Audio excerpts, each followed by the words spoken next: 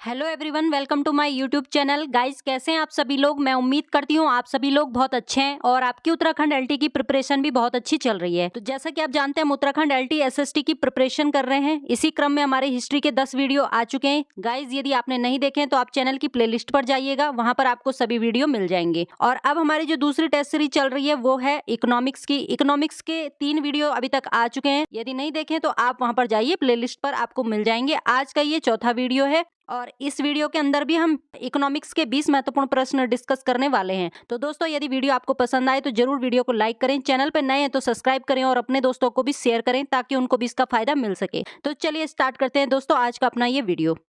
देखिए, पहला प्रश्न है हमारे सामने, नरसिम्हन समिति ने किस संबंध में सुझाव केंद्र सरकार को दिया था। 4 ऑप्शन है। उच्च शिक्षा सुधार समिति, कर संरचना सुधार समिति, बैंकिंग संरचना सुधार समिति, पंचवर्षीय योजना के क्रियान्वयन सुधार समिति। आप प्लीज अपना स्कोर जरूर बताइएगा, आपके 20 में से कितने नंबर आ रहे हैं, जरूर आप कमेंट करके बताइएगा।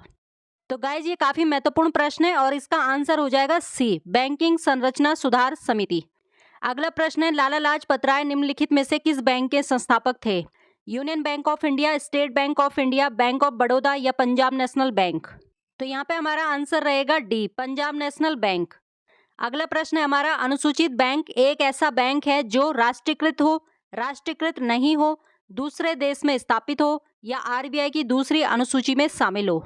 तो यहाँ पे आंसर रहेगा हमारा डी, आरबीआई की दूसरी अनुसूची में शामिल हो। अगला प्रश्न है, 2007 में यूटीआई बैंक का नाम बदलकर कर दिया गया था। HDFC bank, IDBI bank, Centurion bank या फिर एक्सिस बैंक। तो यहाँ पे हमारा राइट आंसर हो जाएगा डी, एक्सिस बैंक। यूटीआई का नाम बदल करके एक्सिस बैंक कर दिया गया था 2007 में।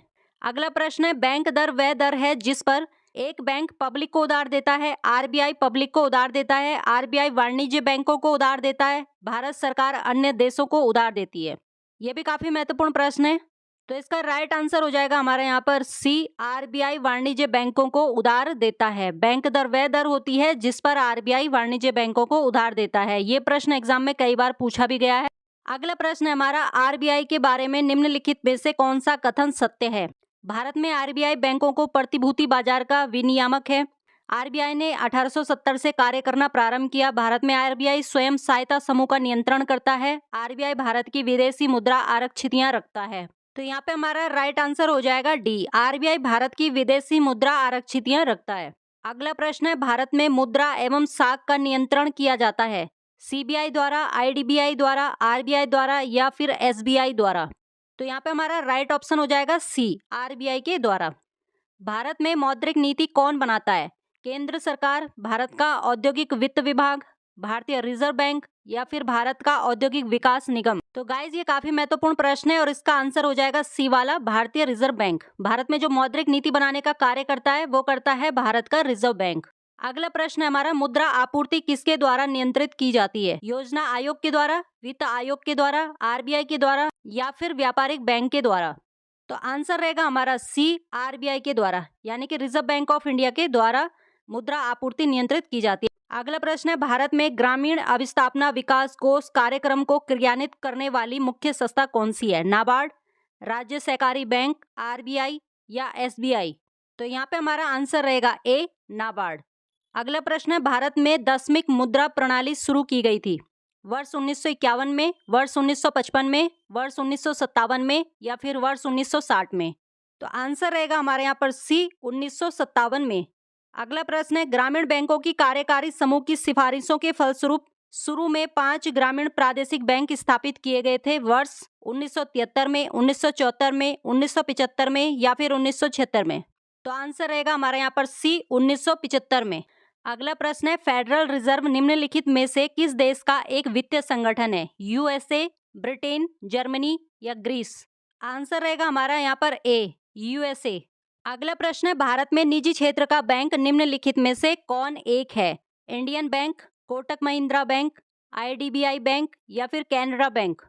तो आंसर रहेगा हमारा यहाँ पर बी, कोटक महिंद्रा बैंक। अगला प्रश्न है, हमारे देश में बैंकों द्वारा सामान्यतः अधिकतम कितनी अवधि के लिए घरेलू सावधि जमाओं को स्वीकार किया जाता है। 3 वर्ष, 5 वर्ष, 7 वर्ष या फिर 10 वर्ष। तो यहाँ पे हमारा आंसर रहेगा डी, 10 वर्ष। अगला प्रश्न है, निम्नलिखित में से कौन माल के आयात हेतु विदेशी विनिमय को स्वीकृति देता है? कोई भी राष्ट्रीयकृत बैंक, विनिमय बैंक, भारतीय रिजर्व बैंक या फिर वित्त मंत्रालय? तो आंसर रहेगा हमारा यहाँ पर सी, भारतीय रिजर्व बैंक। अगला प्रश्न है, भारत में ट्रेजरी बिल बेचे जाते हैं आरबीआई के द्वारा, राज्य सरकारों के द्वारा, व्यापारिक बैंकों के द्वारा या सेबी के द्वारा? तो गाइज यहाँ पे हमारा राइट आंसर रहेगा आरबीआई के द्वारा। अगला प्रश्न है, भारत में व्यापारिक बैंकों की देनदारी के घटकों में निम्नलिखित में से सबसे महत्वपूर्ण कौन है? सावधि जमा धनराशि, मांग जमा धनराशि, अंतर बैंक देनदारियां या फिर अन्य उधार? तो यहाँ पे हमारा राइट आंसर हो जाएगा ए, सावधि जमा धनराशि। अगला प्रश्न है, अल्पकालिक सरकारी प्रतिभूति पत्र को क्या कहा जाता है? शेयर, डिबेंचर, म्यूचुअल फंड या ट्रेजरी बिल? आंसर रहेगा हमारा यहाँ पर डी, ट्रेजरी बिल। अगला प्रश्न है, 1969 में निम्नलिखित में से किस बैंक का राष्ट्रीयकरण नहीं हुआ था? Punjab national bank, bank of India, भारतीय स्टेट बैंक या बैंक ऑफ बड़ौदा? आंसर रहेगा हमारा यहाँ पर सी, भारतीय स्टेट बैंक। अगला प्रश्न है, निम्न में से कौन सा बैंक या वित्तीय कंपनी नहीं है? एबीएन एम्प्रो, एचएसबीसी, लुफ्थांसा या बीएनपी पारिवास? तो यहाँ पे हमारा राइट आंसर हो जाएगा सी, लुफ्थांसा। लास्ट प्रश्न है हमारा, निम्नलिखित में से किस संस्था का संबंध आवास ऋण देने से है? आरबीआई, एसबीआई, आईबीए या फिर एचडीएफसी? आंसर रहेगा हमारा यहाँ पर डी, एचडीएफसी। तो गाइज आज के इकोनॉमिक्स के 20 महत्वपूर्ण प्रश्न हमने इस वीडियो के अंदर डिस्कस किए हैं। आई होप आपने ये वीडियो कंप्लीट देखी होगी और इसी तरह की वीडियोस चैनल पर आती रहेंगी, तो आप चैनल के साथ जुड़े रहें। तो चलिए अब मिलते हैं अगली वाली वीडियो में, तब तक के लिए बहुत बहुत धन्यवाद।